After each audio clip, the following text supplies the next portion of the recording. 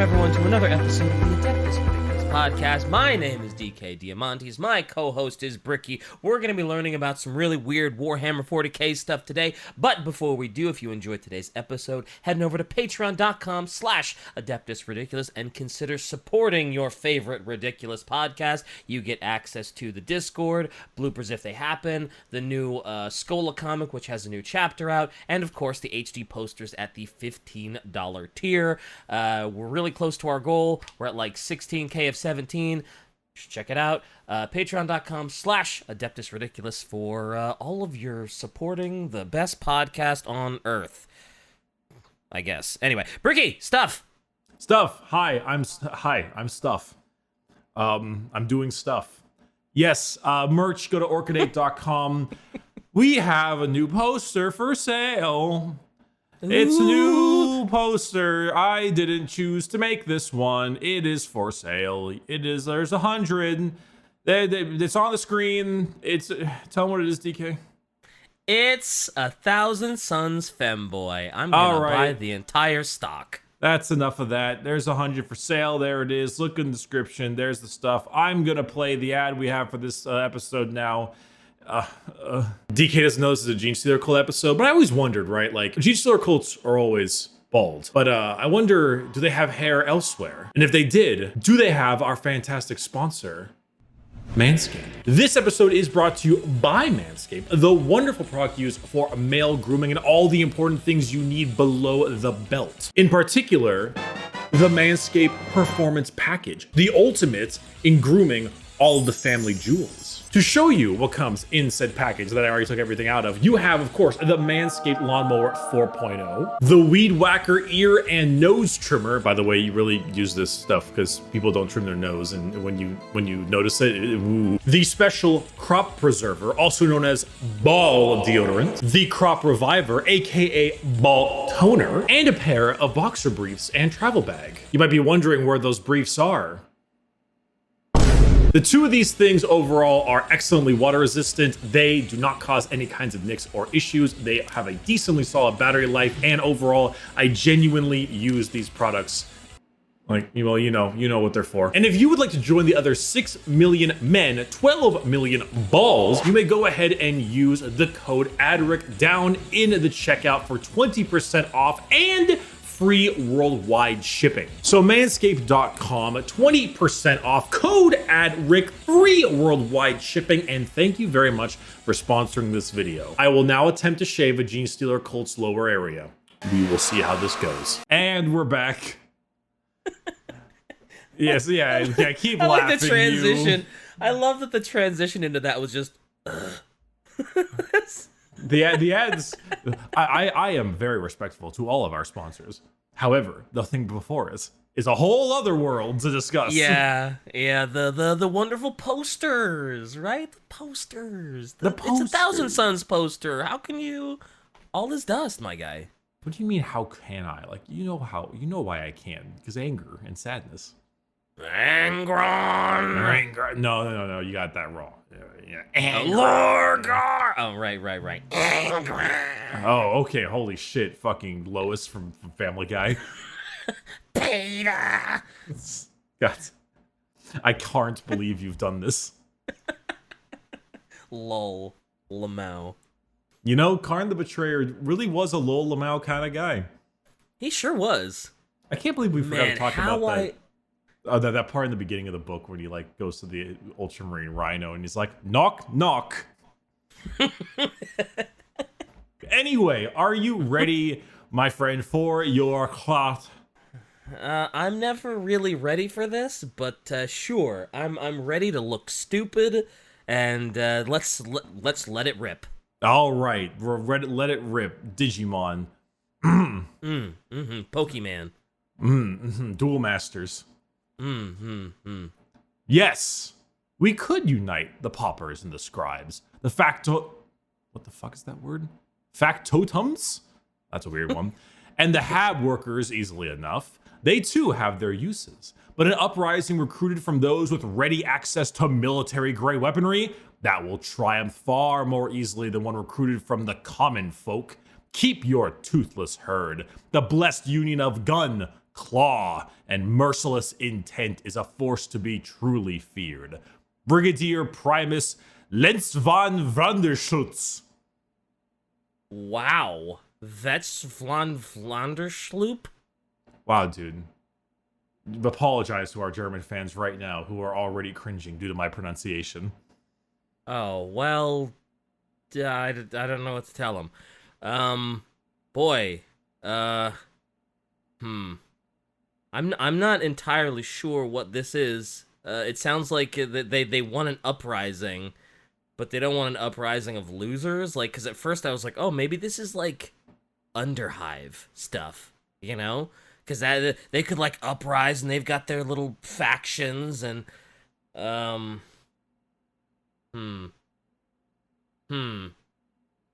There's a part of me that almost would like to guess Genestealer because I know we're about to do a Genestealer book, so maybe you're kind of like, you know, priming the pump. Keep pumping, DK, because you got it right. Did I really? Let's go! Yeah, it's Genestealer Let's Cults. Go! We are Let's doing go! our classic, all the various kinds of playable cults, and we are doing the overall faction overview of the believers of the Star Children, the worshippers of the four-armed emperor of claw and cog and blade and gun, and the miners coming up. Hell yeah! I haven't even started the book yet. It sounds amazing though. The Day of Ascension sounds fantastic. There's also there was something in the quote about claw, and I was like, well, Genestealers have like those like 3 arms that have the claws on the end of them.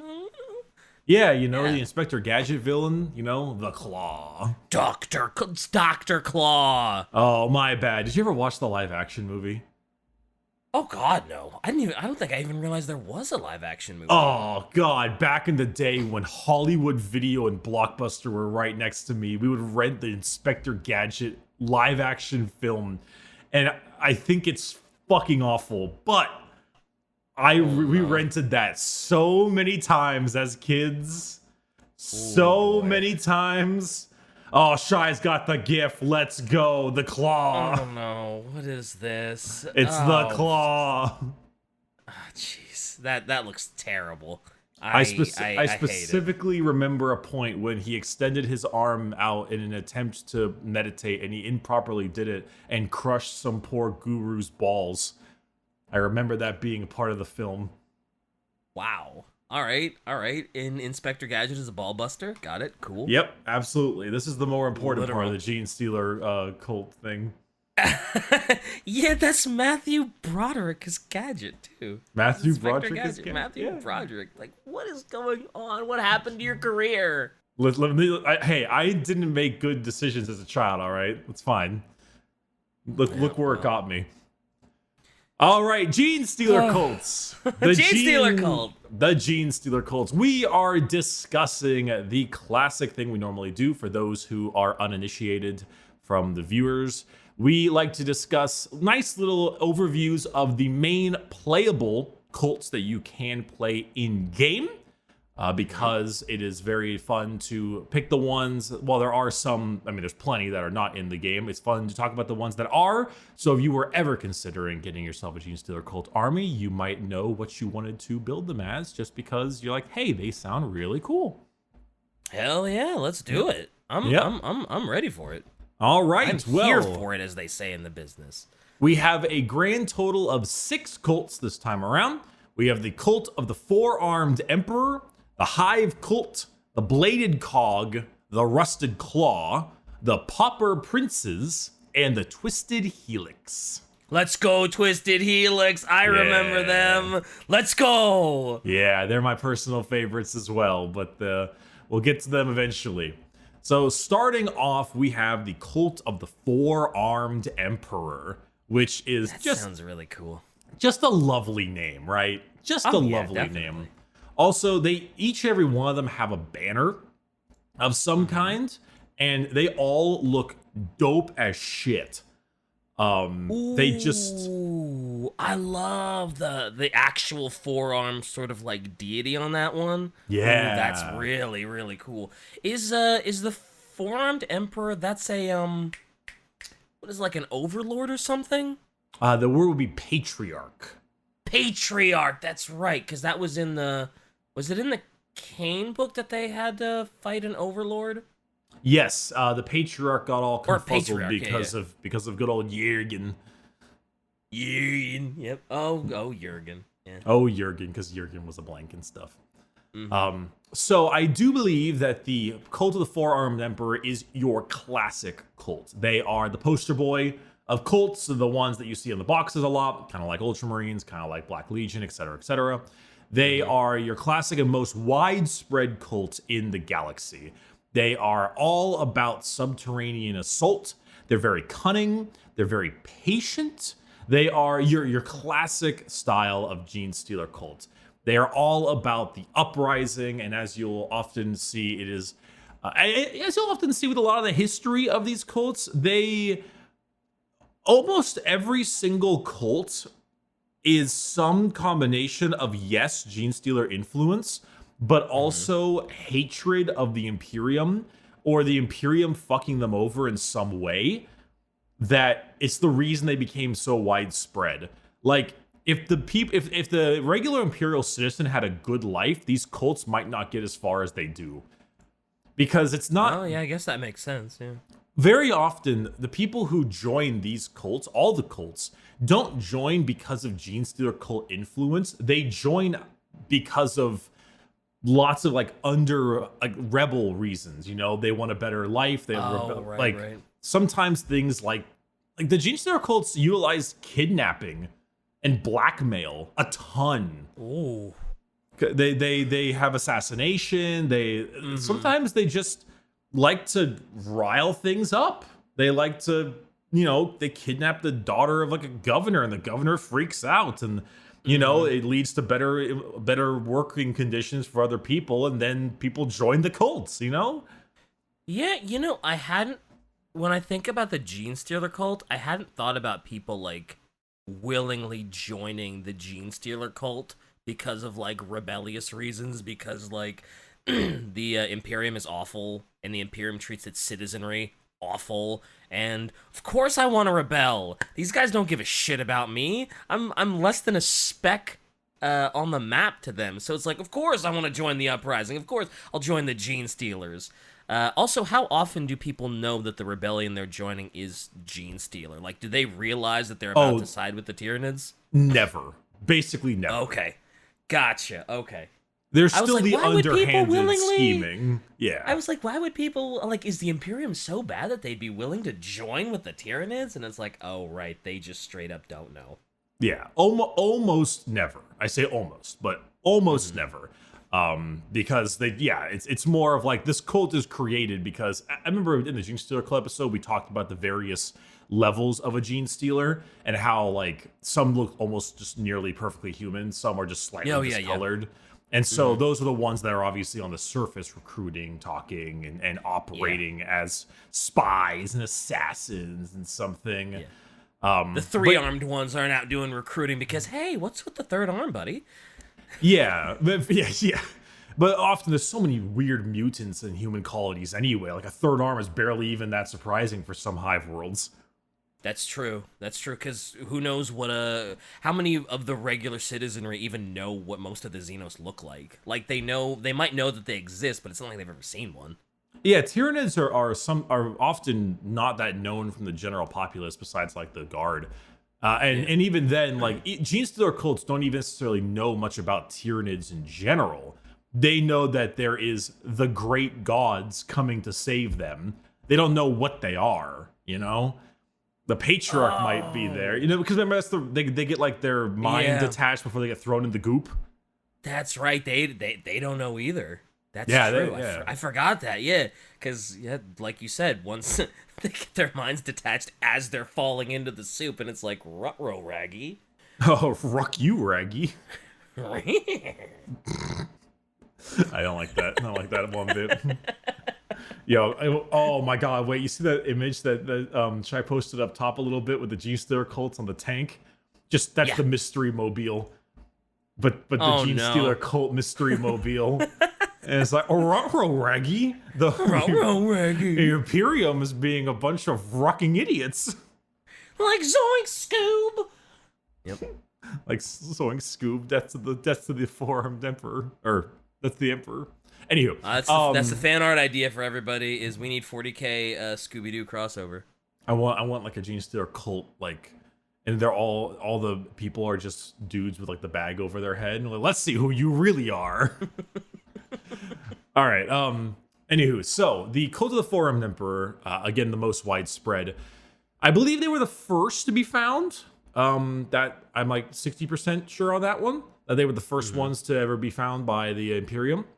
So an Inquisitor was like, there's something fucky-wucky going on over there. And then decided to go and take a squad of Tempestus Scions into the world. And they went to the largest mining colony there, known as the Great Pit. And they were not, and then their Inquisitor friends were like, hey, how's it going down there? And they said, oh, shit seems fine. They're actually quite loyal to the Emperor. Huh, I guess I was wrong. And then they never heard from them again for a year. Oh. And then they're like, okay, that's weird. And then the Inquisitors kind of combed through their message a bit more, and it's like, this doesn't sound like they typed it. This doesn't look quite like their. Okay, all right.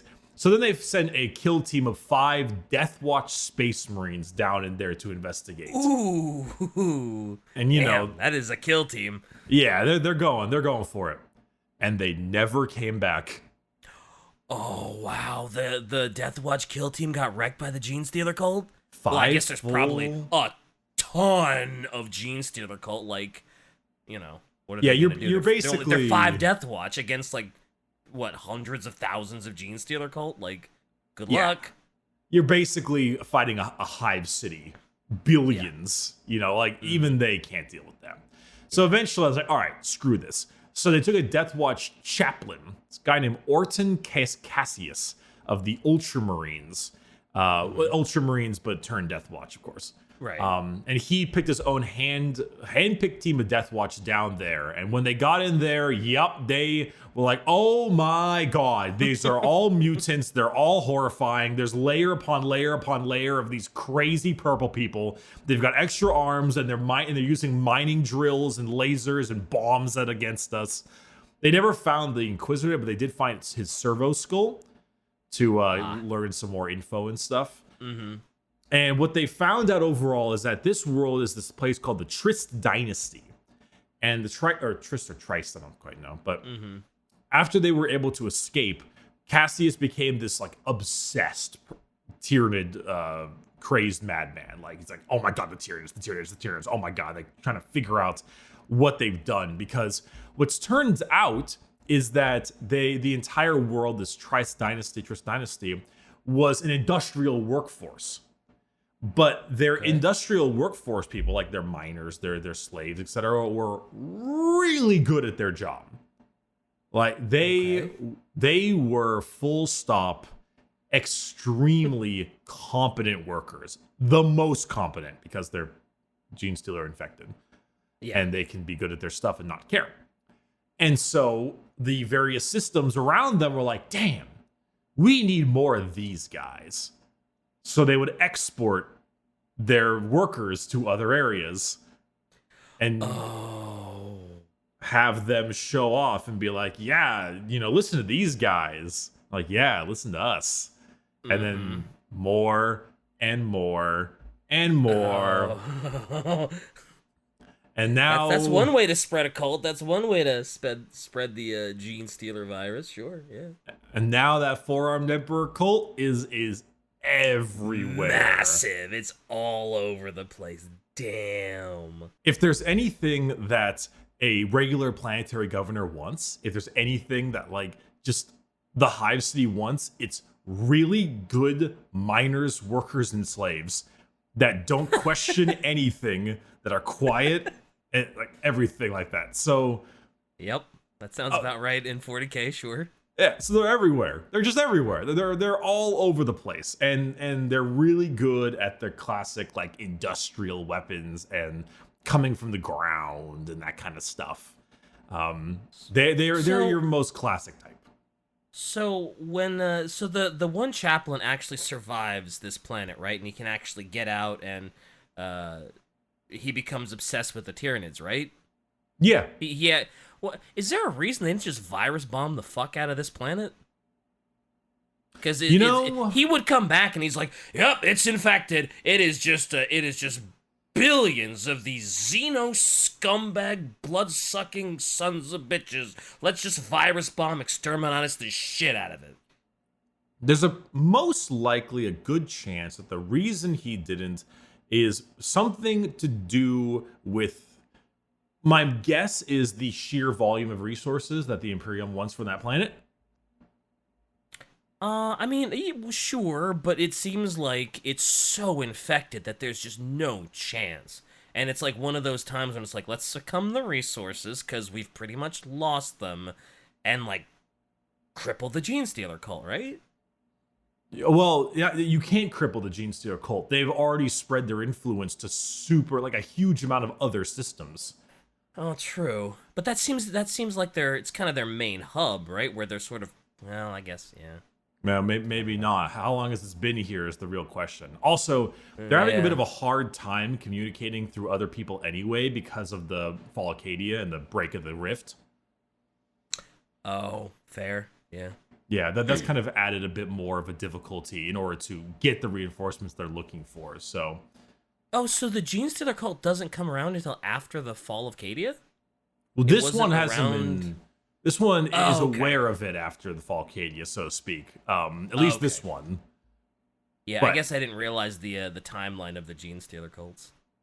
Yeah, and also, yeah, just like, I'm pretty sure there's some admech dude just like, hey, don't destroy this. We need this stuff. Okay. But this is the classic, Cult of the Four-Armed Emperor. They do their their abilities are subterranean ambushers. They have their relic is called the Sword of the Four-Armed Emperor, which is kind of fun. Hell yeah. Warlord trait is Inscrutable Cunning. Their stratagem has one of my favorite names in all 40k, which is A Plan Generations in the Making. Which is That is just so Genestealer Cult, yeah. it's just so fun to listen to. Whoa, I don't know. What is that picture Shai just posted? Is that like the statue of the emperor that they pray to? The four-armed emperor, the Patriarch? Yeah, I believe that- so. That's so cool. It's like that a lot. it's a very, very good, very cool looking bit of image because Four-Armed Emperor, as you can see, it's got the big four arms, but as you see, it's like subterranean tunnels that they're building underneath and all the craziness. It's cool. Do y'all have a picture of Patriarch, by the by? Yeah. The Patriarch is. Oh, I looked up Because the they're kind of like slimy and disgusting, and they don't look like that, do they? No, well, that's a very regal looking thing, but no. Yeah. A Patriarch looks very similar to something called a Brood Lord in the tabletop. Oh, yeah. Okay. They have a. They have a. They're mini not this for it. regal thing that the guys are praying to. Oh God, no! God, no! No. Yeah. They're much more savage and brutal. Yeah. Okay. Yeah, Cool. They look like more like a Brood Lord kind of thing. The second cult we have is known as the Hive Cult. The Hive Cult is what you would imagine if you take a Genestealer cult and you make them very militaristic. You are looking for your army style guys. So they're armed, dangerous, very hierarchical. They tend to infiltrate Hive World gangs and Astra Militarum regiments first and foremost. Okay. They have this concept that every rebel should have a sword, a gun, and if possible, a tank. Not actually, but armed and dangerous. A blade in the hand is worth 2 during the rebellion, Yeah, so this is probably where the quote at the beginning of the episode came from, right? Exactly. It's from a hive, yeah. They also have this fun little talisman they carry around, which is the actual emblem of the cult. Ooh. But they also carry it around as a genuine talisman, and it operates as an extra blade to just have, because it's like a little I was sawed gonna say blade. that looks very sharp. You could absolutely use that as like a little dagger or a hand-to-hand combat weapon, sure. And as you can see here, there is a very very hefty amount of Astra Militarum looking stuff in their flag. Oh fuck! I love their flag. That one looks That's really cool. so cool. Like the actual like flag looks great with the purple, black, and gold, and then whatever the flag staff is made out of just like skulls, and I don't know what that like angel looking head thing is, but that's dope. Hell yeah, I would love to be a flag bearer in that hive. They also, even in game, can take small sections of Imperial Guard for their. I think Genestealer Cults can do that in general, but they are able to take like, hey, you had Imperial Guard stuff. You can use Imperial Guard stuff for a small contingent of your army because the Hive Cult. The Hive Cult are militaristic, you know. Oh, that's cool. That's a cool little add-on to the tabletop. It's just you can use guard stuff because duh, you're a hive. You'd be able to. Yeah. The original one that started this was way back in a hive city. There was like 12 different hive gangs on this giant hive city, and 11 of them have been taken over. But it started off as a war because they had some guy who called himself the Xeno-Czar, who just thought he was some fancy prick, and he liked to buy illegal Xeno specimens, and he decided to buy what a Genestealer, which of course he doesn't know what a Genestealer is, and use nobody at that time does, and use it as a tool to fight the other gangs. Oh, because he's a dummy. Yeah, and the Xeno-Czar. Ugh, I hate that so much. Yeah, he's a real. Oh my god, he's a real shitter. Yeah. They call him the first father, the Genestealer, and that cult, instead of going with their classic style of assassination and blackmail and kidnapping, they just killed them. They just decided to slaughter the gangs and kill their hierarchs. They had a Magos, which is like a psyker, like a special Genestealer psyker, and it started just killing anyone it couldn't control psychically, and carving the blade of the cog symbol into their dead body as like a calling card. Oh, fun. Very. Yeah. So they're just no formalities here. If I can control you, you're coming to my side. If I can't, rip. Literally, rip. Yeah, literally rip. Yeah. So. Yeah. Yeesh. No fooling around here. Their primary export is, like usual. Oh yeah, that's a Magos right there. They're often they're often feminine. Their model is also feminine. Their model is I don't know.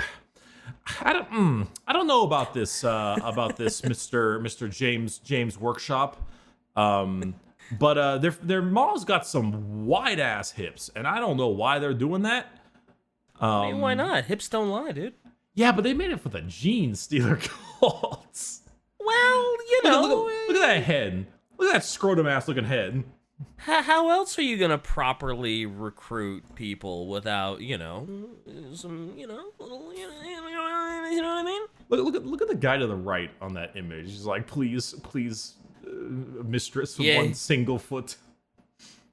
I was about to say, he looks like the guy's like, please step on me. We'll pay. We'll pay with soul. Please step on. We'll pay with Tyranid soul. Yeah. So we're so stupid. Oh my god. The Hive Cult's #1 export is naturally military and guardsmen. I think and because Magos feet was no. export. Military and guardsmen. They're very yes. They're very big on fighting and guardsmen stuff, and so often they'll fight alongside the sororitists or sometimes other guard regiments, and then out of nowhere you catch a rock saw in the back of the head, or your Lehman Russ tank's turret just turns around and fires at the Space Marine. Oh, that's out of unfortunate. Nowhere. Yeah, that's man. Is there no way to pick them out? Like, if you're in the guard, is there any way to like suss out a Genestealer, or is it just like see who's the imposter? Yeah, is there any way to see if they vented? You hold an emergency meeting. You're not doing your task. You're just standing there. Any way to do that with the Genestealer Cult? Normally, if you ever want to, as you say, suss out somebody, the #1 best way is a psyker. But you don't trust Imperial Psychers for one, because the crazy guard ones, and two, then you would need like an Inquisitor, and they're not around a whole lot, or like a Space Marine Librarian, and they're definitely not around a whole lot. Yeah. So if the Genestealer Cult infiltrates your regiment, you're by and large just kind of screwed, because eventually they will turn on you, and eventually you will get wrecked. I mean, knowing it. When you think about it, like, sure, Genestealer cults and stuff have some psychic ability and maybe some telepathy thing here and there, depending on the person, like the Magos. But this is still a cult. It's still a rebellion. It's still an uprising. So there's a good time, like, that you might just not even figure, like you might figure them out because they're whispering secrets to one another. Like, they might realize that they're that kind of thing, but let's also remember that they don't really know that Genestealer cults are a thing often, because these are the normal looking ones sometimes. So yeah, at best they might consider them rebels, which is still worthy of death for the Imperium. Sure, but yeah, I guess. How many people in the Imperium really even know what a Genestealer is? Like, you're right, they're just gonna think it's like, oh, this is just a rebellion. This is just, some unhappy people that are going against the Imperium. They don't even know it's Xenos. They barely see the Xenos, so yeah. And, in game, their stuff is like disciplined militants, fire discipline, like different talismans that are very good at making, at saving them from, or actually, this one's kind of weird. Hold on. Volcar's Talisman. This talisman drives the wielder to acts of great bloodshed. It is said to contain the departed spirit of Voktor Mai, known as the White Creeper. Insert Minecraft song. The scourge of New Gildan's aristocracy, which is actually the White Creeper. I do believe is a Sanctus, like an assassin. That it was like the Night Haunter kind of thing in the night. When Voktor Mai's charismatic allure proved ineffective against the Hive Lord Thorn due to a protective artifact, Mai crept into the man's bathhouse and slashed his throat with the razored edge of this metallic worm form. In the legends of the Hive Cult, the Talisman harbors some of that malevolent and murderous intent to this day. I was slightly wrong. When the Magos couldn't do the mind stuff, they instead used the assassin, known as a Sanctus, who was this guy, and then he was the one who carved the symbol. The symbol, yeah. The White Creeper. So it's like a little talisman you can keep for your character, and it makes them really good at stabby. Just stuff like that. Good for them. Also, it's I've realized that the Imperium's desire to not make Xenos known to the general populace and not let them really understand them, that really works to the benefit of a lot of Xenos. That, like, the major populace just don't know about the Nids, they don't know about the Orcs, they don't know about the Eldar, because they can do all this shady shit, and everybody's just like, oh, that's just a rebellion, or, oh, that's not a Xenos threat that we need to worry about, or tell people to worry about, whatever. It's like, the Imperium has kept their citizenry in such, like, ignorance that, like, sure sounds Xenos a lot can like... infiltrate. Sure sounds a lot like that Emperor dude who didn't tell his sons about chaos. It sure does, doesn't it? It's almost like they keep making the same mistake. Almost. History repeating itself. I had a question if you make an all-tank Genestealer army meta-wise. I believe that the Genestealer cults can have up to either 500 or 750 of their 2,000 points can be guard. Can be Imperial Guard, and there's a thing where when you play a faction, you get buffs to your faction, but you get a mega buff if you're only that faction. Like Sisters of Battle get Miracle Dice, for example, if they're only Sisters of Battle, which is really important. Admech get like certain kinds of cants and like binary stuff. So I think in order to keep the Genestealer Cult special ability with something known as Crossfire, which is kind of fun. It's like if you hit an enemy enough times, you get a crossfire marker on them, which means they're kind of, your other guys can hit them. But the most fun one is if you've got dudes on one side and the other, and you can draw a line between them. it's like you're attacking them from both directions, which makes them exposed, which gives you like extra wounding damage to them. So it's like, hey, if you're popping your guys up in all different directions and you're surrounding your enemy, they become a lot weaker because you're preparing to hit them with all your damage. It's kind of fun. Oh, hell yeah. Yeah, and they also get these sick-ass bikes. Oh, damn, those are sick.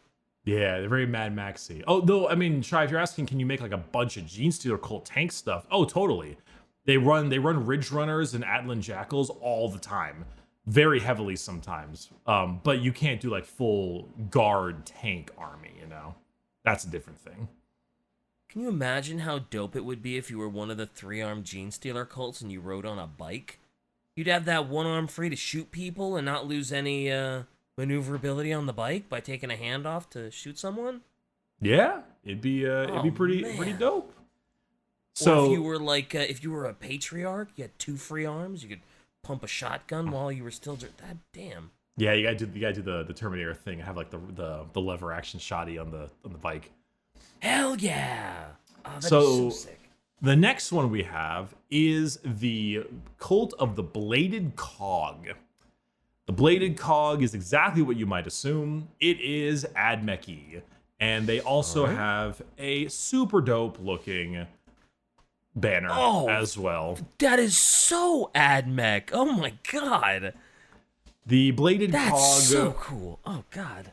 They're all about the combination of Xenos flesh and metal. They're a weird hybrid of humans, metal, and Tyranid biomass all combined into one. So what originally it's spooky. Originally AdMech took over a sector and for energy requirements, and it was way less than they would have liked. And because they're AdMech and they could care less about human people, they just worked the populace to the fucking bone. Just completely crushed them underfoot. And the populace actually revolt him before Genestealer Cults became a thing. And the AdMech didn't like that, obviously, but didn't want to kill too many because they wanted to keep their energy supplies up. So they tried to kill as few as they could and either lobotomize or adjust the breast. Eventually, a freighter arrived with a Genestealer in it. And the people willingly looked at the Genestealer and said, there has to be something better than being under the AdMech. There's gotta be something better. Oh, wow. And so they looked at the Genestealer cults and were like, oh, they might be less tyrannical about. So these guys were like, wow, it sure does suck to be under the AdMech. Boy, this is awful. They're trash. We are dying. It's gotta be. Genestealer Cult couldn't be any worse. They said, look at this Genestealer. There are obviously beings outside the Imperium, and maybe they're better than being under the AdMech, which is not true. They're probably right. Well, no, because then they turn into soup. But oh yeah, they do eventually turn into soup. Yeah, but they probably live longer, and in blissful ignorance of what's gonna happen to them. Well, isn't that a question we have? How blissful is their ignorance because their mind gets pulled from the Genestealer Cult's Hive Mind at the end? There's always that question of like, are they actually in there? Are they actually in there like screaming out, try like no, but they don't. I don't know if that's a thing or not. But regardless, they're all about this horrifying combo of Xenos flesh and metal. Their Psyker Magus has like their skin crawling with metal organisms that just. It's like a psychic field of just eating metal around them. Whoa. The cult worships the Hive Mind as a deity known as the Claude Omnissiah, propagating that the machine cult is misleading with their mantra that the flesh is weak. The Claude Omnissiah is a great name. Also, can Genestealer Cult infect the AdMech? They can. AdMech are not fully mechanical. They have some biological, and not only that, but Genestealer cults have a lot of psychers, and they have a mind in there still. That's true. They do have a mind in there. So I wasn't sure like how exactly the Genestealer virus worked. in terms of like corrupting and turning the. I think like we a covered person? that. We covered that a little bit, didn't we? Like the Genestealer kiss, and then it like affects your biological minute. stuff. And it has been a minute. You're right.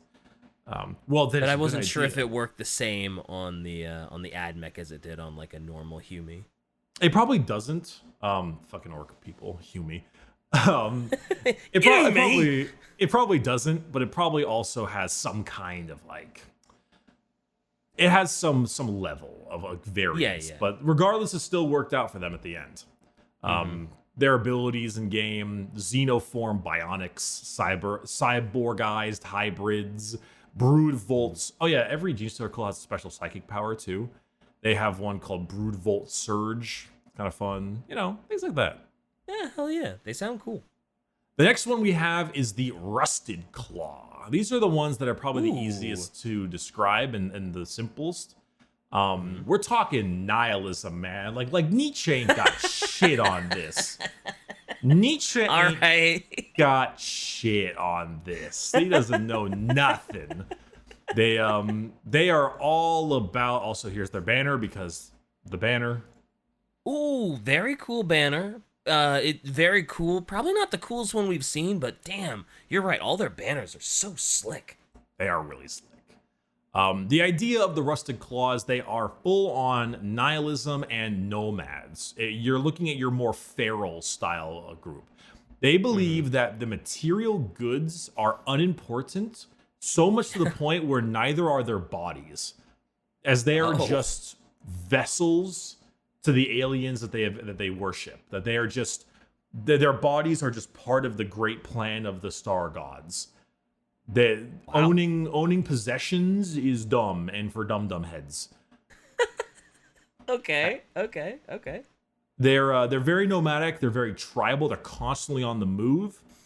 And in fact, because of that, they're extremely rugged. Like, they can go genuine weeks without food or water. Holy shit. Weeks. They work under heavy radiation or like blazing suns. They can take bullets and just keep on moving. Just keep walking. Wow. Okay.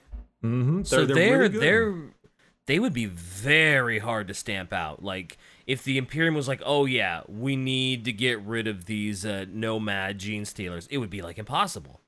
The idea, because once they dig in, it's like impossible. Like, they can go weeks without food and water. You can't even starve them out. The idea in game is that these are the tough and fast ones. They're really tough to deal with, and because they're so nomadic, they move quick. So absolutely, yeah. I would want these guys in a fight. Like, if I was going into a fight and I was like, oh, which Genestealer should I pick? I'd probably pick these guys.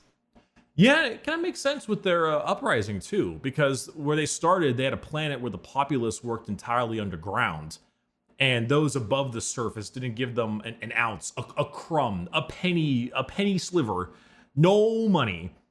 And they eventually dug into a crashed void ship and awoke the Genestealer with him. But the cult goes really hard into that lack of material possessions, and therefore anyone who does go hard into it tends to suffer a very bad fate. Hence the higher-ups of their planet. Hell, their point, even their name, Rusted Claw, is a genuine statement. They don't maintain their vehicles or their armor or their guns, because why bother? Material possession, right? Yeah. So their weapons are really rusty, and like even look at their symbol; it's all cracked and rusted broken up. Yeah, they're actually really cool. I like the Rusted Claw. Their appearance is like they don't keep up with their appearance at all. They don't wash or bathe. They're like, their skin is leathery and degraded and stuff. They're very like guerrilla fighting, because there's no point, they are just servants to the god. Damn. So in game, they're very much like nomadic survivalists. They have an ability where they can make enemy vehicles and stuff like decay a little bit faster with their psychic powers, so that they become stronger. They love their bikes. Huge on the bikes. Nice, very cool. Big fan of bikes. They can like advance and shoot without penalty. Things like that. They're very, very quick and very tough. Can you imagine what they must smell like? Man, they must be absolutely ripe. Like, oh. Yeah, especially Genestealers. Yeah, Genestealers probably already are a little on the gank side. But man, the ones that don't shower to the point where their skin has turned leathery, it's like, oh no. There are some weirdos. I don't much like them in game a whole lot. They're all right, but they're fun. They're funny. Yeah. So the next one we have is one that I actually started to really appreciate. These are the Pauper Princes. I think they have my favorite banner of them all. Oh yeah, they got like a little guy up there that has a half hammer, half scythe, pickaxe thing. What is that? It's like I think it's an industrial like rock hammer that has a little pick at the bottom of it, like a pick on the bottom and the hammer on the top. Very cool color combo too. Yeah, I like the purple and the orange a lot. Mm-hmm. I really like the Pauper Princes. I don't like them. I mean, Twisted Helix are my favorite, but I think they're actually kind of fun. The Pauper Princes are religious and fanatical. They believe in their like more so than the others. They fully believe in their gods of the known as the Star Children. Okay. The Star Children and are obviously the fucking Tyranids. But they No. Yeah, I know, but just to make it clear. They revere their own prophets and living saints, and they are extraordinarily selfless. They are constantly putting themselves in harm's way for the protection of their masters. And this is not like an enforced requirement. This is an inspired requirement. They are not asked to have this level of devotion and selflessness. They just do it. Oh. Wouldn't expect that from Genestealer cults, honestly. Wouldn't expect that sort of devotion and selflessness. Even like to their own cause, because it's just, they're Genestealers. Like, kind of expect them to just be kind of ravenous and maybe not ravenous, but you don't expect selflessness from the Genestealer cult. Well, that's kind of part of their whole shtick is people sacrificing themselves for the greater beings, so to speak. It's actually kind of a part of it. On the image Shai posted, it says the Pauper Princes, from great sacrifice comes immortality. Mm-hmm. Very, very zealotous. They have one of the more fun planets though. They run this planet called Chancer's Vale, Vale. Ooh. And they actually are a coastal city. On this great vast breadth of water, they use it to mine the resources in the water, like saline cubes and things like that. But they live in these horrible, like favela shanty towns on the coast. Oh, all right. So these awful looking. I always think about like the Brazil favelas, kind of the ones that have like the sheet metal shacks and stuff. Yeah, and they're just rows and rows and rows of them. I always think of that, but like on the coastal sand. And apparently it was so like awful. Their abject poverty was some of the worst possible that they didn't even need to be coerced by Genestealers to join the cult. They did it anyway as a way to try to get off the planet. Oh, wow. Like they didn't need to be messed by Tyranids. They joined willingly because they said like anything is better. Get me off this goddamn planet. It's so I can barely eat every day. In fact, I can barely survive. I can never have kids because I won't have enough food to feed them. Like, get me the fuck out of here.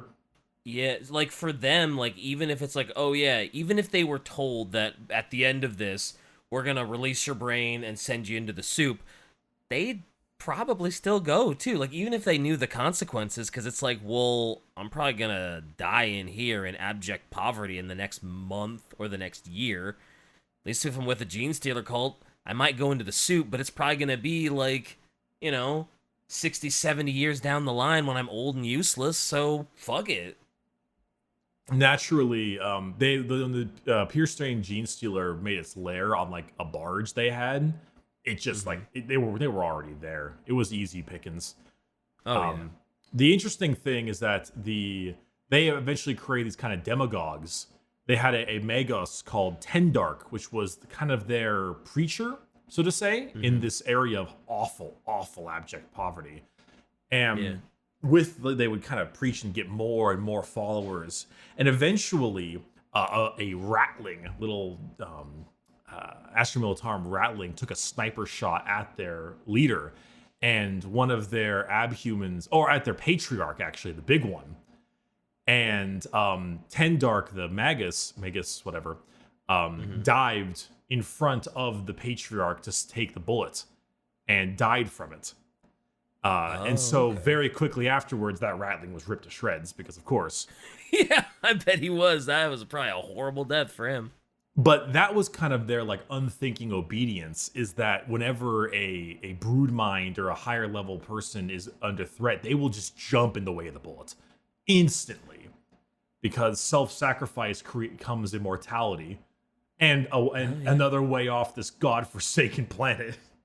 Yeah, I was gonna say, like, if anybody would have that self-sacrifice, it would be the people that came from nothing and were at least given something. It's interesting to think of how many Genestealer cults probably started and were, like, bolstered by the fact that the Imperium is so shit and doesn't take care of so many of their people, and there's so many people that are just like, wow, my life is awful, terrible, and disgusting. Genestealer cult? Sure. It's almost kind of sad because, like, it's obviously 40k is so grimdark that you have to have these uprisers eventually succumb to the awful Tyranid Hive Mind. Yeah. But at the same time, they're kind of justified in what they're doing. I always feel it kind of silly. Like, the Imperium is so awful, you can finally play as the uprisers to the point where you even start to think, are the Nids that bad? Like, yeah, they are. They take over your mind and you don't have any control over anything, or, you know, they're... Yeah. You're not you anymore. You're not anything anymore. But you start to question yourself. You're like, God, is it really that worse? If the Tyranids didn't throw them into the soup at the end of their usefulness, it'd be like, well, I don't think it is that bad. Like, even if you do get taken over by a Tyranid, for a lot of these people, life is probably a lot better, even with just a Tyranid controlling you. And if you don't get thrown into the soup at the end, it's like, well, fuck. It beats the Imperium. I forgot that these were the ones, too. Shai has it here. The Papa Princes were eventually able to escape the Chancellor's Veil thanks to the Sewer Bard's just strength. Infiltrating the vessel, the cultists under Tenarch were able to spread their message across the galaxy. And eventually these guys made their way to Terra and had the unthinkable war against the Custodes under the Imperial Palace. Wow, they actually got to the Custodes? They did. There's some on Terra. Damn, they made it to Terra, and so they were real close to actually getting the Emperor. If they made it all the way to the Custodes, right? This is a relatively recent thing going on, but they had a box set actually where they sold, because it was the Custodes and Genestealer Cults at the same time. Here is the box art for that set. Let me click the link because it's not. Oh wow. Oh wow. Yeah, it's yeah. I know, epic embed fail. I'm sorry, please. Yeah, that was an embed failure, but damn. Also, those Custodes are slicing through them. Like, there's like, what, 4 Custodes you can see on there? And is that just piles of, like, Genestealer Cult bodies that they're wading through? Yeah, look at the Custodian behind him. He's got 2 dudes climbing on his shoulders. Yeah, and he's missing an arm.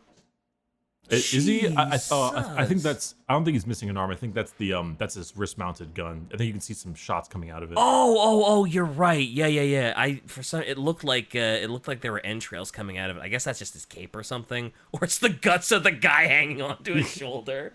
Maybe. Regardless, yeah. I mean, obviously, 1 Custodian versus 1,000 GSC. There's your fair fight. But there's a whole lot more than 1,000. Damn. So I mean, obviously they don't beat the custodians, right? The custodians drive them back and blah blah blah, because obviously they don't make it to the emperor, and it's the custodians. So. Yeah, but the war is still apparently currently ongoing. But oh, it's still happening even in current. Like there's still Genestealer that are just flooding in there. Currently? That fucking fight was like, that box set came out like a year ago, maybe less than that. So yeah, it's still ongoing. Oh, okay, cool. Damn. But, could the Genestealer infiltrate a custodian? Custodian's genetic alchemy is really good. I'm gonna go with no. Okay. Because I was gonna say there's a lot of Genestealers in there and not as many custodians, so. If they could somehow get their way into their armor, that's one thing. But if they could actually do like their body, I don't think so. Okay, that'd be quite the wicked combo of a Genestealer custodian lying in wait next to the Emperor. I think they they said they can affect Space Marines, but the Marines hear the call of the Hive Mind, but can resist it for a pretty long time. And by then they're probably like, brothers, I've got a problem. Please help. Yeah, and then they get a bolter to the face. Yeah. Last but not least for the Pauper. Oh wait, no, actually I missed some. The actual gameplay of the Pauper Princes. They have the creed is called like Devoted Zealots. They have a great stratagem called Vengeance for the Martyred, where if one of your characters dies, you get benefits on whatever killed it for the rest of the battle. Oh, nice. Pretty fun stuff there, you know? They have an ability called Xeno Prophet, which is just... There's an ability the Genestealer Cults have called Unquestioning Loyalty, where you can just kill off one of your dudes on a 4-up for taking a bullet.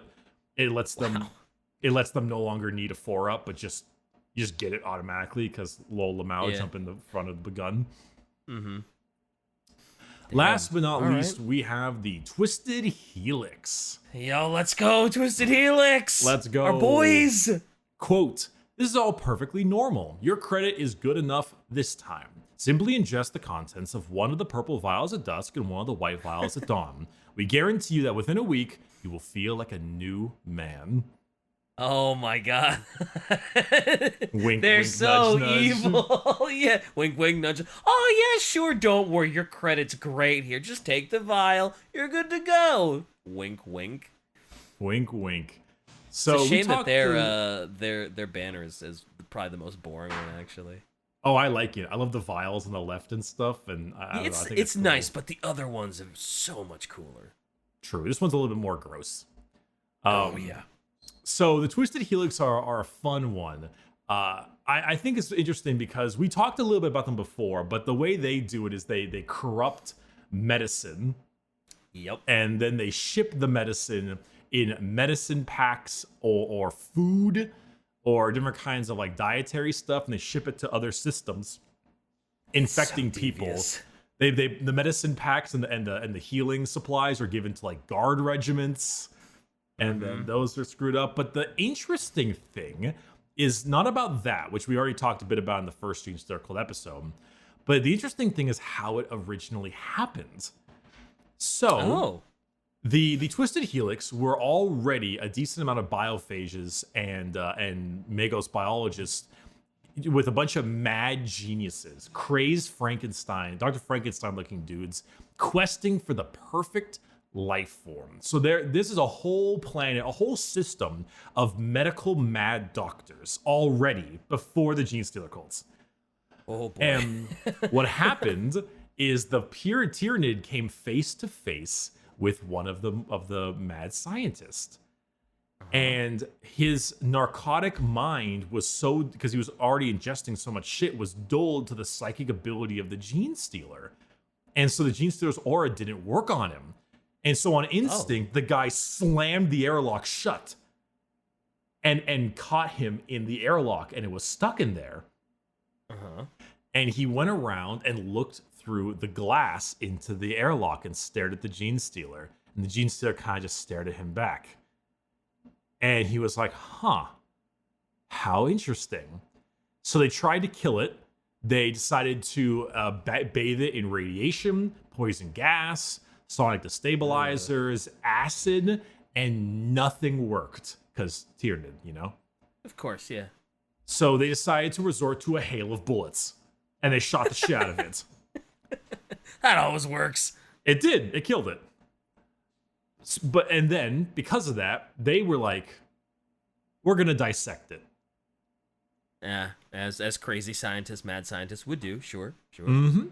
And they dissected it, and over tons of experiments, they decided that they were able to find a way to create and assist them in a way for their perfect life form, for their biological perfection, and perhaps even immortality if they just created a serum, created a thing out of this life form. Oh, boy. And they did. Oh. And guess what happened? Oh, I'm guessing that's how they became the Twisted Helix, because they made the serum. Essentially, they made a Genestealer virus and just gulp. Yup. And here we are. Oh, so they're actually the ones that made the Genestealer virus? Like, it was because they were tinkering around with this Tyranid Genestealer that, like, they're the ones that actually invented the Genestealer virus? No, the Genestealer virus comes from the Genestealer kiss, which is when the Genestealer pulls you with your mind, and then like right. But they made it into like a serum. They infected themselves unwillingly, but intentionally as well, in order to make themselves better and more powerful. But in reality, all they did was infect themselves. For some reason, I thought you were trying to be like, oh yeah, they invented the Genestealer virus, and I was like, wait a minute, what? No. They created a virus for themselves. Yeah. Wow. So their cult ability is like experimental subjects. They have bio-alchemists, monstrous bio-horrors, etc. I think they have the strongest in-game ability. They have an extra inch to their movement and an extra strength to their attacks, which makes them... being faster and hitting harder is always good. They also make it so you can never wound them on a 2. Normally, if you have like double the strength, like if you're toughness 4 and they have strength 8, they can wound you on a 2. But they make it so you can only go 3 or higher because they're tougher. Experiments. They have the ability to like make some of they have prime, like the elixir of the prime specimen and all that kind of stuff. They're really fun. I like them a lot. That's a cool name. And they're so devious. Like they're, that you're infecting medical supplies and like food for the needy is just like, oh, that's so deviously cruel. You can't help but respect it. Like, God, they're so dope. Yeah, they're really, really fun. I love their style. I love their concept. They're probably the best in the game. I'd say they're probably number 1. Oh, really? Yeah, I said unless you can make your own, which is like the custom creation of them, which is really fun. Which is like you have 4 points total, and you can build your own guy with 4 points. So you can use two 1-point buffs and 1 2-point buff, or 4 1s or a 3 and a 1 or 2 2s, that kind of stuff. It's those are really fun, but then you lose out on like the psychic power and stuff, and those are always fun. So do the Genestealer cults ever mix? Like, I know in game you probably wouldn't mix them because it probably wouldn't make a whole lot of sense. But like, would the Twisted Helix ever like join up with a hive or something? And would they ever like coexist for a common goal? A hive what? Well, like would the Twisted Helix ever join up with like the Genestealer Cult that only use guard stuff? Like, would they the ever... Hive Cult? Yeah, like a Hive Cult. Yeah, I mean, I'm assuming that they have the same end goal overall. I know that we've had those issues where sometimes Tyranid Hive Fleets may not necessarily work together a lot, but even though they still are multiple types of Tyranid Hive Fleets. I'm not 100% sure. I'm assuming that they probably would. I mean, you can obviously ally them in game, but they also have their own style and goals. And I'm pretty sure the Hive Cult we're talking earlier about, like, we don't want those regular ass pansies. We want the strong type. So, true. But like, I guess would the Rusted Claw ever go with the Hive Cult? Like, do they ever have a reason to coexist? I guess not. I mean, I'm sure they do. They have the same end goal. It's a Tyranid Hive Mind at the end, but there are also various Hive Splinter fleets. So my mind says they are of the same faction with the same goal. So yes, but I can't think of any situation at the current moment off the top of my head where they have. Okay. I'm sure. Would you do that in game? Is that something you would ever consider in game? In a competitive environment, you can't run more than one. I mean, okay. you can, but you lose your single faction. Yeah, you lose the big bonus. Yeah. But in the sense of just in a general game, like if you want to run a combination of 1+2, then yeah, run like bladed cog. And I mean, sure, you could like bladed cog combined with say. Four-armed Emperor, because you want to do like this combination of Omnissiah and like subterranean Omnissiah mechanical stuff. It could be fun. Okay. All right. Cool. Yeah. There are always options or possibilities. Yeah, because there's a lot of these factions are so cool that it's like, oh man, how do I pick just one? Well, I mean, you pick one because you pick Twisted Helix, my dude. I know, right? Let's go. But the Rusted Claws sound really cool. I ended up really liking the Rusted Claw. Something about them and like their nomadic survivability and their quick moving and just like the sort of like rusted aesthetic it's really dope. I still like Twisted Helix the best, but like I'm like, oh man, Rusted Claw kind of dope. That's actually interesting. I didn't. I think the Rusted Claw is my least favorite. I find the grimy underbelly kind of people to be just a little bit less interesting. I like Twisted Helix. You already like that in real life, so why do you need that in fantasy, right? All right. I was about to find a way to end the episode now, but you gave me the perfect one. I'm rage quitting Adeptus Ridiculous. Shy, find a new co-host.